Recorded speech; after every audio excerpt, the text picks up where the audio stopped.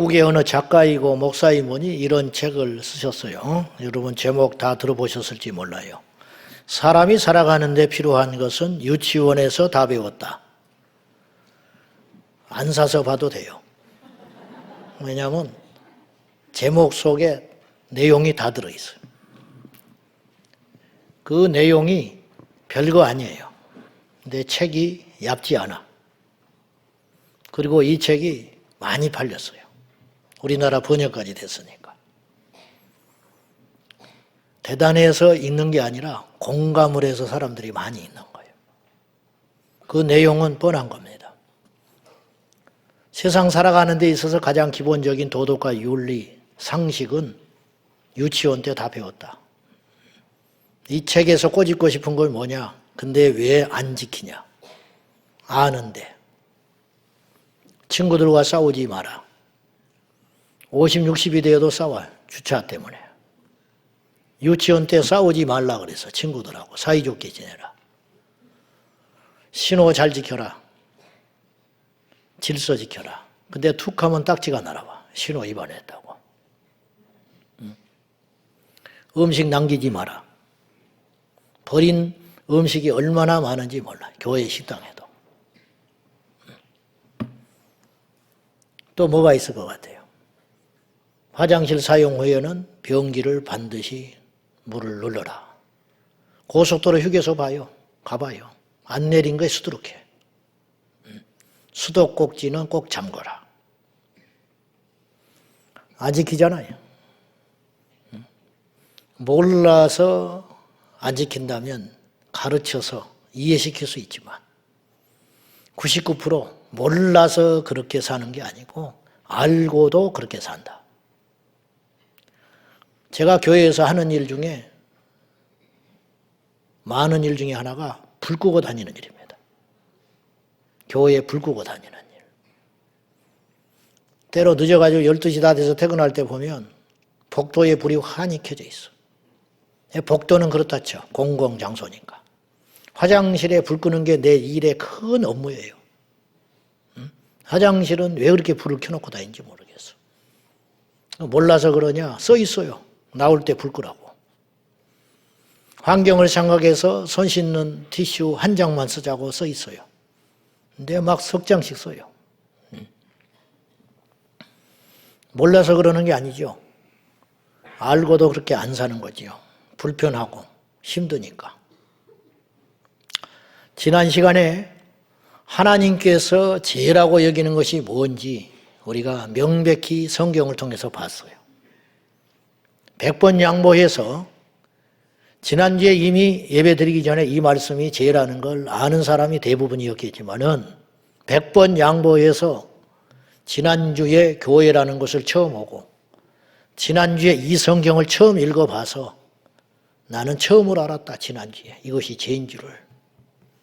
그렇다면 지금 일주일 지났는데 이 본문 우리가 다시 만났는데 일주일 동안 이것들을 멀리하고 살았는지 보라 이 말이에요. 그렇지 않다면 우리에게 심각한 문제가 있다는 거예요. 지금.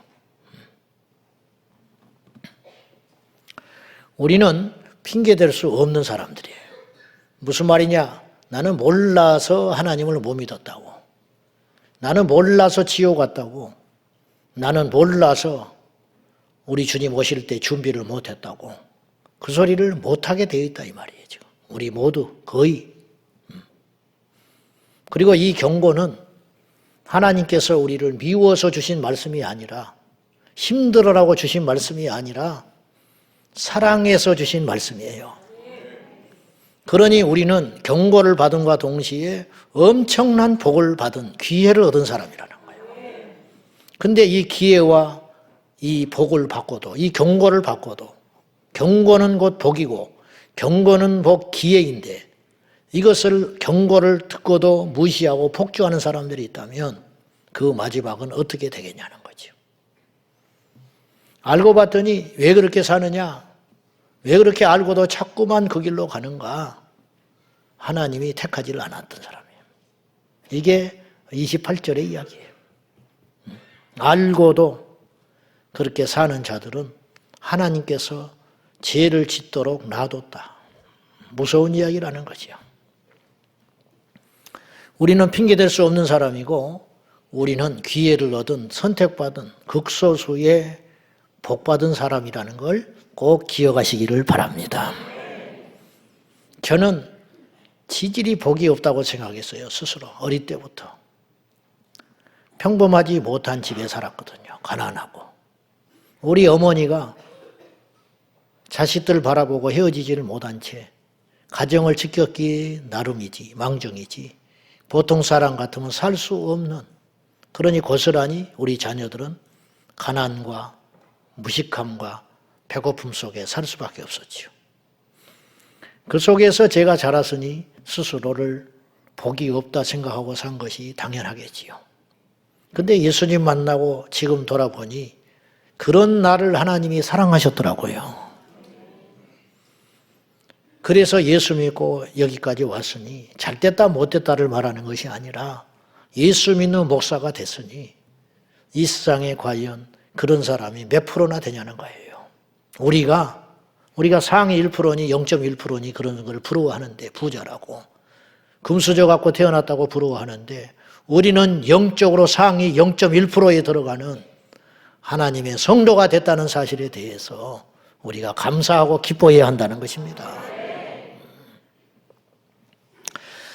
하나님께서 인류 역사를 경영하실 때에 전지전능하신 우리 하나님만이 할 수 있는 독특한 통치의 방법이 있어요. 이걸 경륜이라고 그러는데, 하나님이 이 세상을 이렇게 경영하시는 걸 경륜이라는 표현을 쓰는데, 어떤 방법을 쓰시느냐? 느닷없이 어떤 일을 안 하신다는 거예요. 그럼 뭐냐? 예고하시고 경고하시고 알려주시고 어떤 일을 한다는 거예요. 아모스서 3장 7절에 보면 여호와께서는 그 하시는 일을 선지자들에게 알리지 아니하시고는 결코 행하심이 없음이니라. 그런 말이 있어요.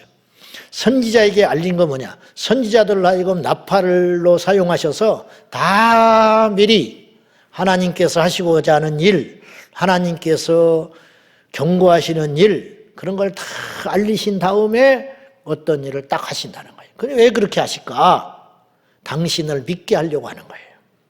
그로 인하여 이런 일을 할 수 있는 분이 세상에 어디냐? 신밖에 없다. 그래서 하나님을 믿게 하려고. 예수님도 이 땅에 공생에 사시는 동안에 그냥 십자가에 죽으시고 부활하시면 돼요. 근데 그렇지 아니하시고 제자들한테 지속적으로 이야기를 하셨어요. 아주 구체적으로. 내가 팔려서 죽고 사흘 만에 살리라. 그리고 내가 너희들보다 먼저 갈릴리로 간다. 다 이야기해 놓으셨어요. 그리고 진짜 그렇게 하셨어요. 그렇게 할 분은 누가 있냐 이 말이에요. 하나님밖에. 그래서 나중에 제자들이 그걸 보고 깜짝 놀라서 믿게 됐다는 거죠. 마귀는 이 땅에서 하나님이 되고 싶어 미치는 존재예요. 하나님만 되고 싶어, 하나님 되고 싶어. 그게 교만이거든요. 그래서 하나님 흉내를 무척 냅니다. 그래서 하나님의 완전수에 근접한 6자, 이게 마귀의 숫자라. 그런 것처럼 마귀는 이 땅에서 하나님 흉내를 내고 살아가는데, 하나님께서 어떤 일을 말씀하시고 이루어 가시니까 마귀가 또 그걸 차용해가지고 마귀도 그 흉내를 내요. 우리 생각에는 마귀가 어떤 하려는 일을 미리 알리면 우리가 경고받아서 조심하고 막아버리고 안 하면 될 것 같으니까 마귀한테 손해가 될 것 같은데, 마귀는 특이하게도 하나님 흉내 내느라고 자기가 하고 싶은 일을 어떻게 미리 알려. 그리고 그런 일을 이루어요. 그래가지고 사람들을 미혹한 거예요. 자, 제가 예를 하나 들게요. 일루미나이트 카드라고 들어보셨을지도 모르겠어. 스티브 잭슨이라는 사람이 그 보드 카드를 만든 회사에 근무하다가 어느 날 92년인가 95년에 이 두 가지 설이 있는데 둘 중에 하나겠죠. 우연히 일루미나이트 사이트에 해킹을 한 거예요. 가서 보니까 이들이 앞으로 세계를 이렇게 이끌어가겠다고 음모가 담겨 있었어. 이런 세상을 만들겠다고. 그래가지고 그것을 가져다가 그 내용을 알고 카드로 만들어가지고 534장의 카드를 만들었어요. 이것을 일루미나이트 카드라고 그래. 보드 카드. 지금도 인터넷에서 주문하면 살 수 있어요. 그런데 이 카드 내용이 앞으로 이 일루미나이트들이 이 세상을, 이런 세상을 만들겠다고 예언해 놓은 카드 내용이 있다는 거예요. 특이하게도. 자, 한번 보지요. 카드 내용이 어떤 내용인지. 이게 2001년인가 9.11 테러가 있었잖아요. 저 카드로 이미 만들어 놨다니까요. 92년, 95년 만드는 카드에. 카드가 534장이 동시에 딱 나온 거 아니에요. 계속 이렇게 업그레이드 되는 게 아니거든요. 그러니까 적어도 5, 6년 전에 9.11 테러를 카드에 실어 놓은 거예요. 미국의 전 세계 가장 강대국, 지형학적으로도 미국은 침입하기 어려운 나라예요. 그래서 미국이 강대국이 된 거거든요. 자원 많지요. 다른 나라 침입할 수 없는 천혜의 바닷가를 끼고 있지요.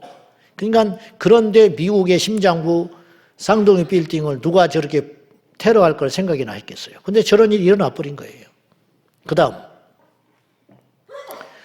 2010년에 멕시코만에서 기름 유출이 됐어요. 저걸 저렇게 똑같이 이런 일이 일어난 거예요. 뭐 100번 양보해서 그럴 수 있다 칩시다. 우연히.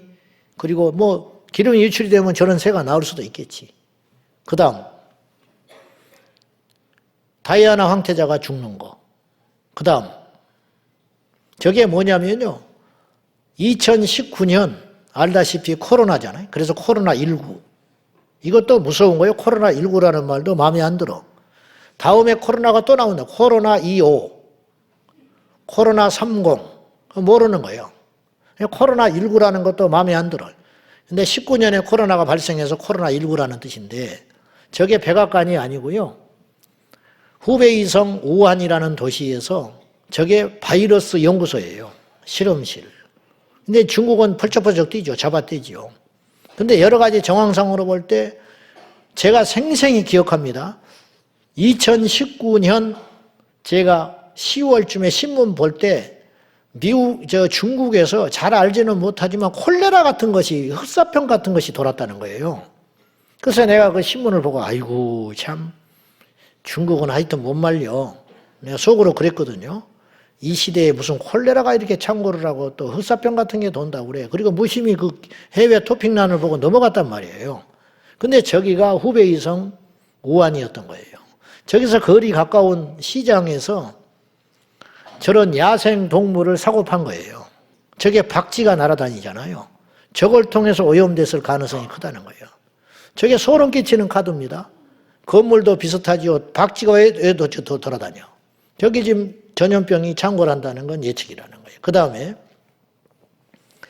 그 당시 미국에서 흑인이 대통령 된다는 건 상상하기 어려운 때였어요. 근데 흑인 대통령이 날 것을 예측을 해놨어요. 그 다음 이 사람이 트럼프예요. 얼굴이 트럼프 같이 안 생겼어요. 생긴 것도 그렇고. 근데 이 트럼프 당선을 예측을 해놨다는 거예요. 그때는 트럼프는 사업가였어요. 근데 대통령을 어떻게 예측을 하냐.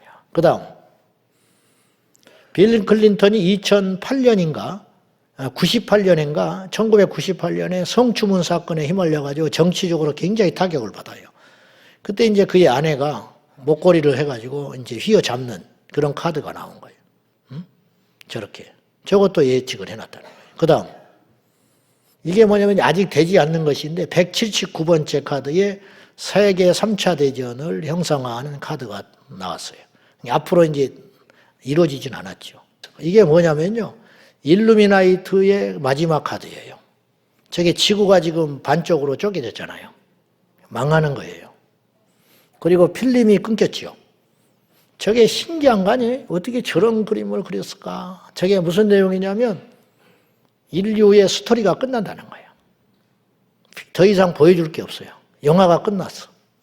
지구가 반쪽 나면서 지구가 종말이 되면서 끝이다. 그걸 지금 그러면 저걸 하나님이 저 카드를 만든 건 아니죠. 흑암의 세력이 만들었을 거 아니에요? 알고 있다는 거예요. 그가. 우리만큼 알고 있다는 거예요. 자기의 마지막 때를. 이런 일을 만약에 누군가 조장한다면 나는 음모론자를 믿지는 않지만은 그렇다고 무시하고 싶지는 않아요.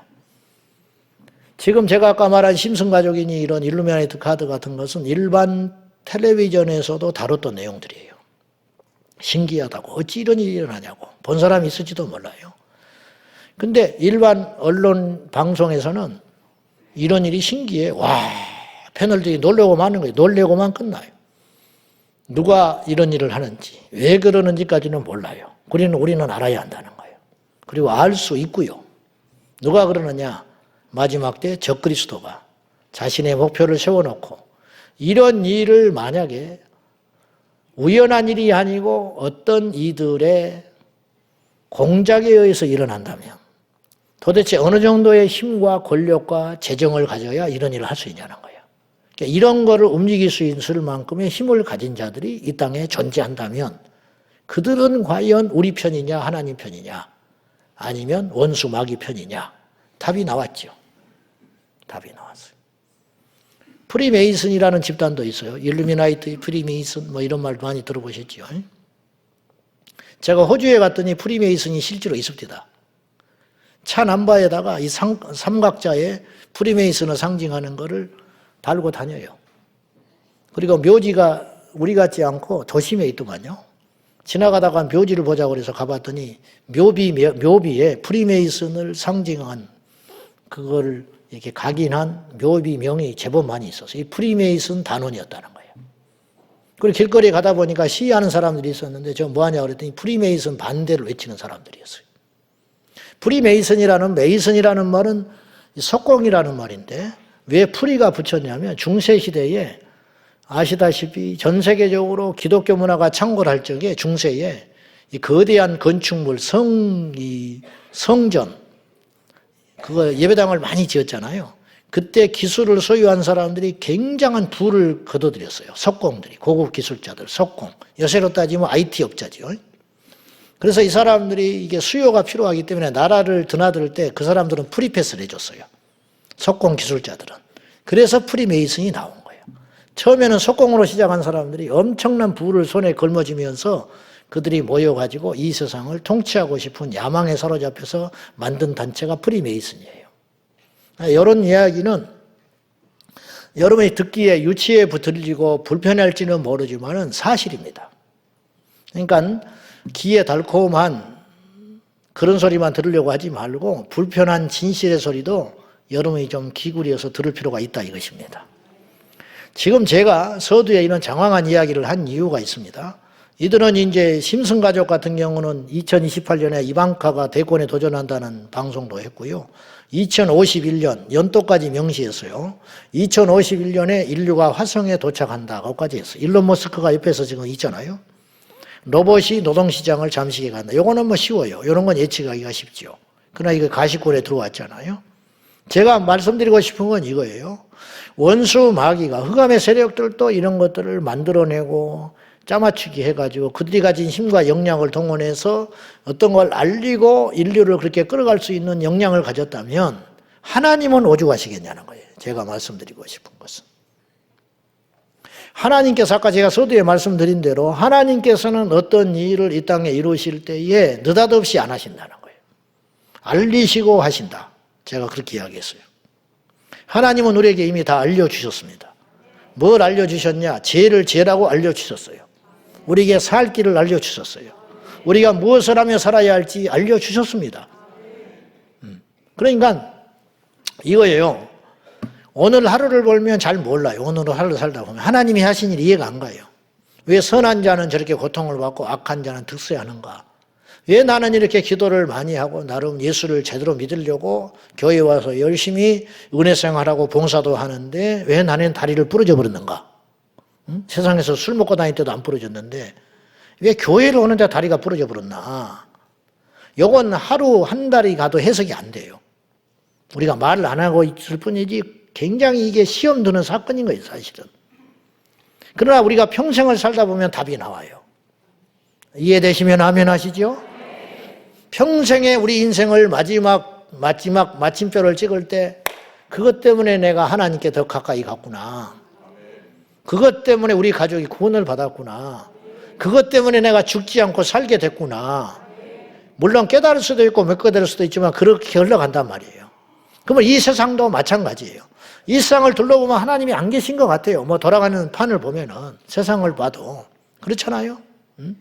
열심히 일한 사람이 고통을 받고 정신 못 차리는 사람들이 저렇게 악한 짓들을 하고 다니고 그런 걸 보면 정의가 실종된 것 같고 하나님이 안 계신 것 같고 하나님의 뜻이 무엇인지를 모르겠지만 10년, 20년, 30년 그리고 이 세상을 우리가 돌아가는 걸 나중에 해볼 때 하나님께서 이렇게 이 세상을 이렇게 통치하시고 이끌어 가셨구나. 그것이 반드시 보이는 날이 올 거라는 거예요. 하나님은 우리에게 큰 예언을 하셨어요. 큰 예언. 사사로운 예언이 아니라. 그러니까 여러분들이 귀신은 사사로운 예언을 해요. 사사로운 예언. 예를 들면 뭘 한다고 할 때 이거 해봐라. 될 수도 있고 안 될 수도 있어. 망한 사람이 훨씬 많아. 된 사람만 막 맞췄다고 난리 법석을 떨지. 그게 사사로운 예언이에요. 오늘은 동쪽으로 가시오. 그런 거 있잖아. 오늘의 운세. 그런 거 보기만 해봐. 그게 귀신들이 하는 거예요. 그리고 한 1, 20% 맞아. 나도 맞춰, 그런 거는. 나도. 하나님은 그런 식의 예언을 안 해요. 여러분이 교회 안에서나 신앙이 누구마나 기도받는다, 안 좋았다. 그럴 때 기도를 해보더니 뭐 어쩌라, 뭐 하시오. 그런 거 절대 들으면 안 돼요. 하나님이 그런 식으로 일하지 않으세요. 그럼 하나님은 어떤 예언을 하시냐? 큰 예언을 이미 주셨다는 우리에게. 뭘 통해서? 말씀을 통해서. 함부로 꿈을 봤니? 음성을 들었니? 환상을 봤니? 계시를 받았니? 그러면서 떠벌리고 여기 있다 저기 있다 휩쓸려 돌아다니면서 그런 사람이 믿음이 절대로 있는 게 아니에요. 잘못하면 사단의 밥이 돼요. 이용 도구가 된다고. 그럴 시간이 있으면 성경이나 한 구절 보고 그럴 시간이 있으면 자기가 다니는 교회에 충실해서 봉사하고 열심히 예배드리고 설교 때 주시는 말씀을 잘 받아서 그렇게 살아도 우리는 천국 가고 구원받고 복받는데 지장이 없습니다. 별 것 없어요. 왜냐? 이 말씀으로 이미 우리에게 다 주셨다. 이 큰 예언은. 우리에게 주신 가장 큰 예언들이 몇 가지가 있어요. 그건 뭐냐? 우리 인간은 다 죽는다는 거예요. 그거 모르는 사람이 누가 있어요. 근데 사람들은 여기까지만 알아. 그러나 우리는 거기에 더 나아가 하나를 더 알아야 돼요. 죽은 후에는 심판이 있다. 이거 모르잖아요. 근데 하나님 가르쳐 줬어요. 심판이 있다고 가르쳐 주신 이유, 경고하신 이유가 뭔지 알아요? 그 심판을 준비하라고 주신 거예요. 대비하라고. 근데 대비가 되냐 이 말이에요. 지금 어리석은 거지요. 가르쳐 줬는데 죽는다 너. 그럼 죽을 준비하는 거예요. 태어나면서부터 죽는 준비하는 거예요. 근데 언제 죽을지는 몰라. 그러나 죽는 건 당연한 일이고 나이가 먹어서 죽은 게 아니에요. 사고 나서 죽는 게 아니에요. 인간이 죄인이고 하나님께서 죽으라 했기 때문에 죽는 거예요. 근데 개인이 언제 죽는지까지는 우리에게 가르쳐 주시지는 않았어요. 가르쳐 주지 않았다고 해서 그것이 피해가는 건 아니에요. 다 우리만 모를 뿐이 정해져 있는 겁니다. 세상 사람도 그 정도는 알아. 죽는다. 근데 언제 죽을지는 모른다. 근데 그 이상은 몰라요. 왜? 진리를 모르니까. 근데 성경은 우리에게 가르쳐 줬어요. 그 후에는 심판이 있으리라. 심판 준비하라는 거예요. 저도 성물이라 뭔가를 할 때 믿음이 부족하니까 하나님을 의식하는 거예요. 아, 이렇게 하면 하나님이 나중에 뭐라 하실까? 저 그렇게 생각하고 살아갑니다. 종종. 이렇게 하면 하나님이 나중에 혼내겠지? 그럼 안 해요. 하나님 보고 계시고 알고 계시니까. 지금이야 당장 아무 소리 안 하시겠지만 우리 주님이 마지막 심판날에 딱 서면 너 그때 왜 그렇게 했어? 너 왜 그때 그렇게 행동했어? 왜 그렇게 말했어? 그렇게 물으실 것이 무서워요, 저는. 그럼에도 불구하고 넘어지지만은 의식하고 정신이 들 때에는 그걸 조심하고 살아간다고요. 여러분도 그러시죠? 왜 그렇게 사는 거예요? 누가 그렇게 하라고 그랬어요? 그게 아니라 심판을 믿게 된 거예요. 은혜지요, 은혜. 그리고 그것이 우리를 안전하게 만들어요. 율법적인 거 아닙니다. 그거 질떨어진 신앙 아니에요. 어린아이 신앙 아니에요.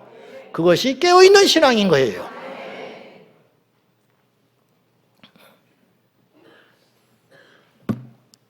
그런데 죽음이 끝이 아니고 심판이 있다. 이거 개인적 종말이라고 그래요. 그리고 성경에는 큰 예언을 했어요. 제가 아까 그랬어요. 사사로운 예언이 아니라고. 성경은 큰 예언, 죽는다, 망한다, 환란이 온다, 핍박이 온다. 이게 큰 예언이거든요. 큰 예언. 대한민국에 이런 어려움이 있다 그렇게는 안 하셨어요.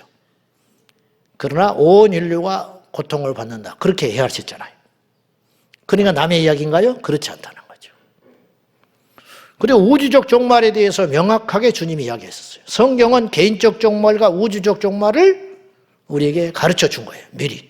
앞으로 세상이 이렇게 된대요. 여러분 모르는 사람이 거의 없어요. 아주 초신자 빼놓고는. 알고 있어요. 다 앞으로. 우리 주님 오세요? 안 오세요? 오시지요. 우리 죽어요? 살아요? 죽지요. 주님 오시기 전에 어떤 일이 일어나요? 환란이 있지요. 핍박이 있지요. 시련이 있지요. 어떻게 알았어요? 누가 가르쳐 줬어요? 성경에 있더라. 성경. 설교자는 성경에 있는 거 그냥 이야기해 주는 것 뿐이에요. 설교자가 성경에 없는 이야기하면 그건 가짜인 거야. 거짓 선지자. 보태거나 빼는 사람.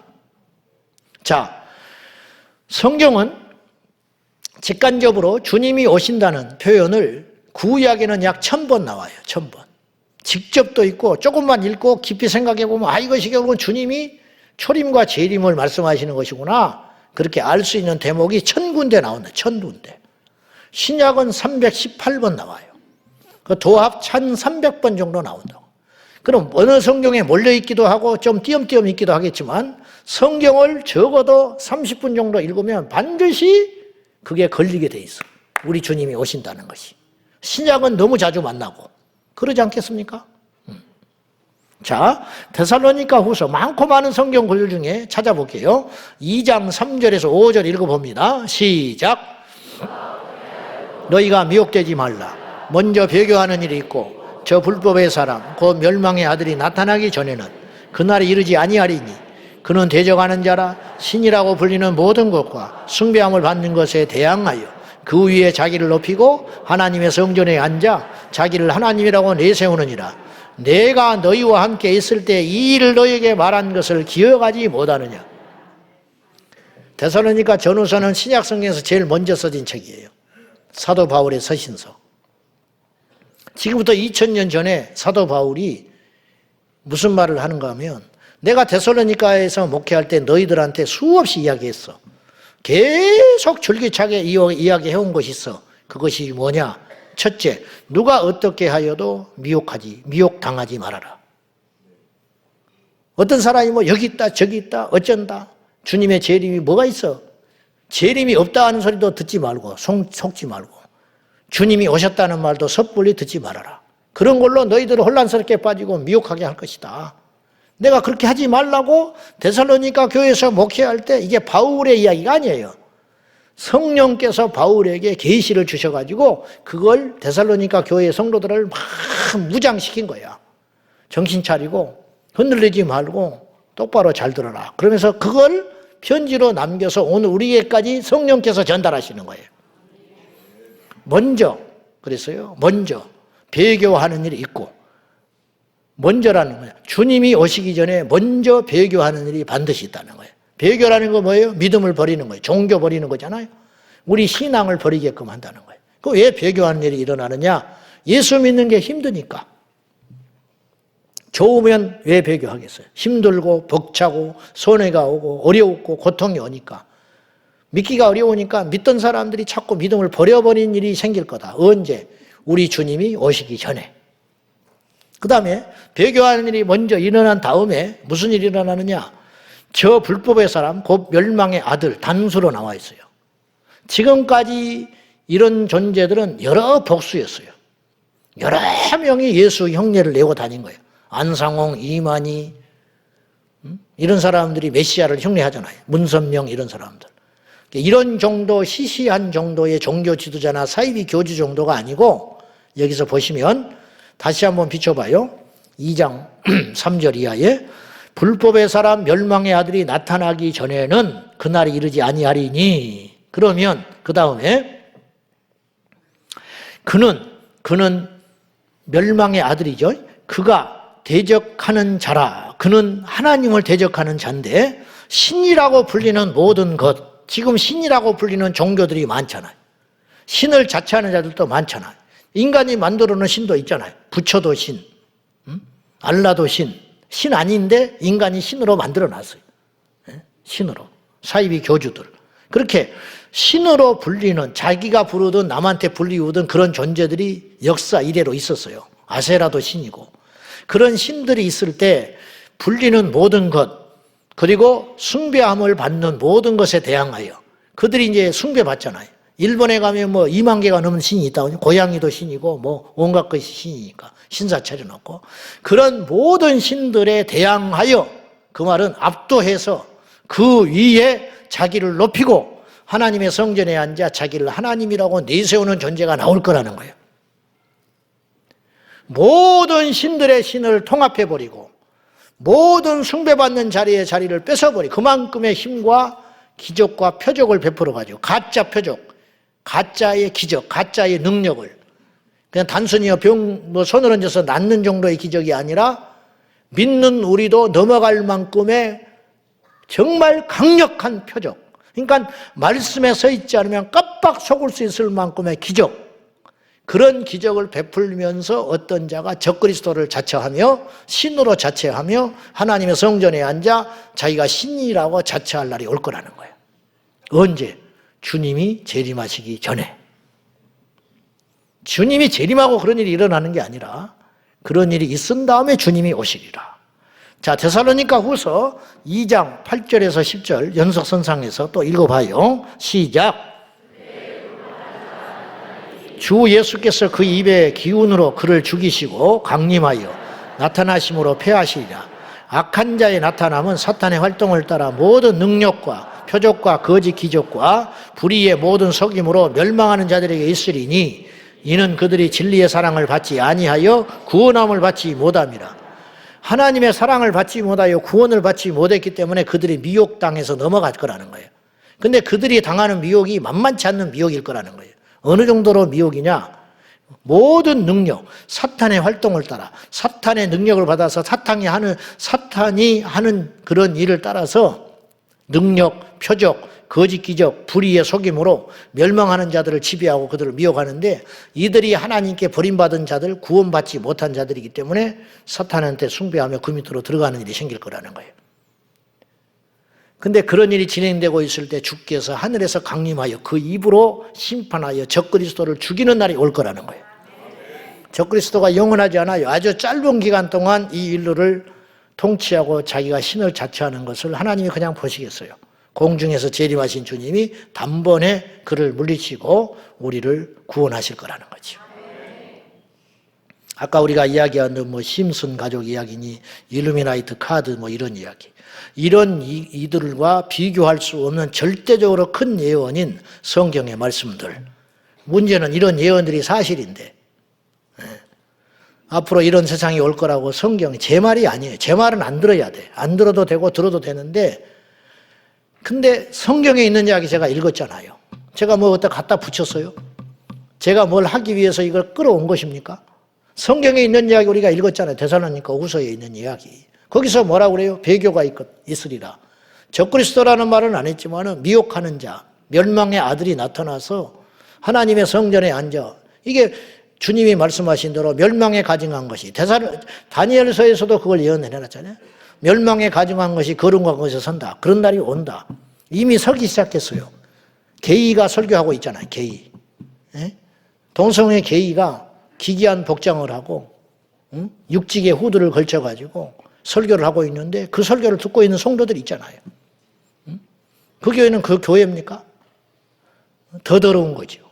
더 악한 것이고 멸망에 가증한 것이 거룩한 곳에 선 것을 보거든. 중이 강단에 왜 세워? 중을. 그러니까 있을 수 없는 일이 자꾸 일어나게 된다는 거예요, 지금. 신학생들이 템플 스테이 하는 거 아세요? 한신대? 신학생들이 갈 데가 없어서 템플 스테이를 합니까? 기도원이나 가지? 절에 가서 자빠져 자 있어? 뭘 훈련한다는 거예요, 도대체?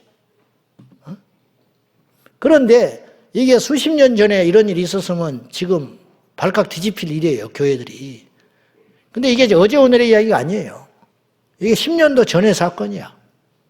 퇴학 한 명도 안 당했어요. 그 학교 총장 하나도 문제 안 당했어요. 교수들 그대로 멀쩡해요. 왜 그러는 거예요, 도대체? 이유가 있습니다. 너무 많아, 그런 사람들이. 그런 일들이 너무 많아져서 주류가 됐어. 그러니까 대세가 돼가는 거예요, 그런 타협이.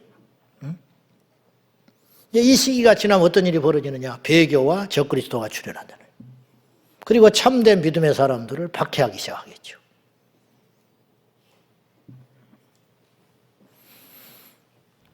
문제는 이런 일들이 다 사실인데 듣기가 힘들어요.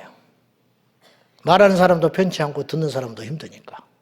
그래서 들을 기회가 점점 없어집니다. 성경에는 있는데 듣지를 못해. 기가 막힌 일이죠. 어때요?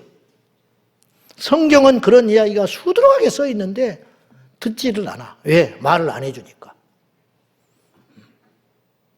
그러니까 깨어나지를 못하는 거죠. 그러니까. 그리고 들어도 무시해. 불편해하고. 주님의 재림. 갑자기 오신 게 아니에요. 우리는 주님의 재림을 통하여 주님의 재림을 봐야 돼요. 주님의 이 초림을 통해서 재림을 봐야 되는데 주님이 오실 때에도 2000년 전에 오실 때 느닷없이 오신 분이 아니에요. 600년 전에 처녀의 몸에서 태어나리라. 아브라함과 다윗의 혈통을 통해서 오시리라. 베들레헴에서 태어나시리라. 태어나실 때 2살 이하 아이들이 다 학살당하리라. 도대체 어떻게 더 말을 해줘야 돼? 안 믿잖아요. 예수님의 오심을 부정하잖아. 오셨어도 신이 아니라는 거야. 아니, 여자의 몸에서 처녀로 잉태하신 분, 그리고 죽었다가 살아나신 분, 승천하신 분, 그분이 신이 아니면 도대체 누가 신이라는 거예요. 초림이 그렇게 예측됐음에도 불구하고 동방박사 3사람하고 목자 몇 명만 가서 믿고 가서 영접한 거예요. 전 인류 가운데. 그럼 우리 주님 다시 오실 때는 많을까? 그때보다는 많겠죠. 복음이 널리 퍼졌으니까. 그때보다는 많겠지만 서너 명은 아니겠지만은 생각보다 적을 수 있다. 공중에서 예수님 맞이할 사람이.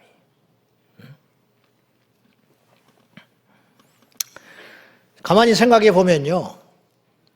제 말을 좀 잘 이해를 해보세요. 재림보다 초림을 주님은 다 쉽지만 능치 못할 일이 없지만 우리는 뭐 손가락 하나도 까딱할 수 없는 존재이지만 주님은 못하실 일이 없잖아요. 근데 한번 제가 재미난 생각을 해본 거예요. 주님은 초림, 그러니까 초림을 이렇게 하시겠다고 예언해놨잖아요. 어디서 태어나시고 누구를 통해서 태어나시고 단지 안 가르쳐 주신 게 있어요. 초림과 재림 공통점으로. 그 날과 시만 안 가르쳐 줬어. 이건 뭐냐? 믿음의 영역으로 놔둔 거예요. 그래서 깨어 있어야 되는 거예요. 할 수 없어. 그거. 마치 동산의 모든 과실과 것들을 치하되 선악과만 먹지 말라 하신 것처럼 우리에게 다 가르쳐 주셨는데 그날과 그 시는 비밀로 묻어놨어요. 왜? 깨어 있게 하려고. 모르니까 깨어 있어야 되는 거예요. 밤낮으로. 그냥 깨어 있어요. 우리가 언제 죽을지 모르고 주님이 언제 오실지 모르니까 깨어서 준비하는 방법밖에 다른 길이 없는 거예요. 지금 내가 죽어도 주님 앞에 구원받을 준비를 하라고 그날과 그 시를 안 가르쳐줘. 우리 최후를. 주님이 언제 오시는 걸 안 가르쳐준 이유는 항상 깨어 있으라고 그날을 안 가르쳐준 거예요. 그래야 진짜 믿음을 보니까. 근데 제가 이제 흥미롭게 생각한 거는 다 주님은 쉽지만 재림이라는 건요, 주님이 쉬워요. 무슨 말이냐면은 갑자기 하늘에서 오셔버리면 되거든. 구름 타고 오신다고 했거든요. 그리고 어두워지고, 마태복음 24장의 이야기인데 천사장의 나팔 소리와 함께 저 하늘에서 주님께서 공중에 그러니까 오시면 되는 거야. 그렇잖아요? 지금이라도 오실 수 있어. 그러니까. 근데 초림이라는 거는 좀 까다로워요. 뭐냐면 아브라함과 다윗의 혈통을 맞춰야 되잖아. 유대인이어야 돼, 예수님이. 그 다음에 처녀를 골라야 하잖아. 마리아를. 그리고 또 임신하게 만들어가지고 베들레헴으로 데려가셔야 돼. 그죠? 그리고 애굽으로 또 잠시 피하게 해야 돼요. 다른 데로 피하면 안 돼. 왜? 성경에 그렇게 예언했거든. 그러니까 주님께는 다 쉽지만은 초림이 조금 더 까다로우셔. 맞추기가. 이해되나 모르겠네. 나 더 설명 못하겠네. 이런 이야기 처음 들었지요. 그러지 않겠소? 근데 재림은 쉬워. 지금이라도 오셔버리면 돼. 무슨 말이냐면 어느 상공에 온다고 하신 것도 아니고 그런 건 없으니까 오셔버리면 돼. 그래서 위태로운 거예요. 그리고 언제 오실지 몰라요. 말씀 맺을게요.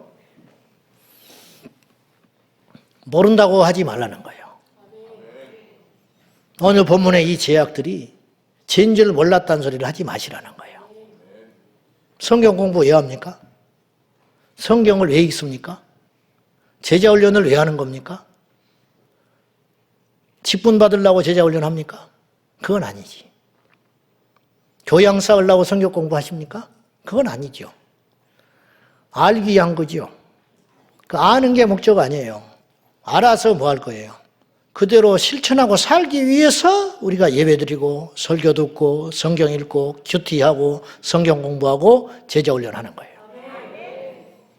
근데 이 말씀을 명백히 봤잖아요. 근데도 우리가 다시 옛날로 돌아가면 주차장에 가서 또 싸워. 또 식당에 가서 시기한다고. 그럼 우리는 도대체 어쩌자는 거냐고.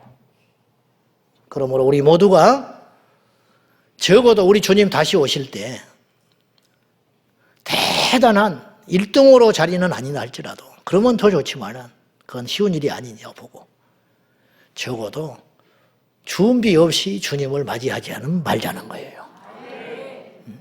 최소 준비는 해서 들림 받아서 저 공중에서 우리 예수님 맞이하자는 거예요.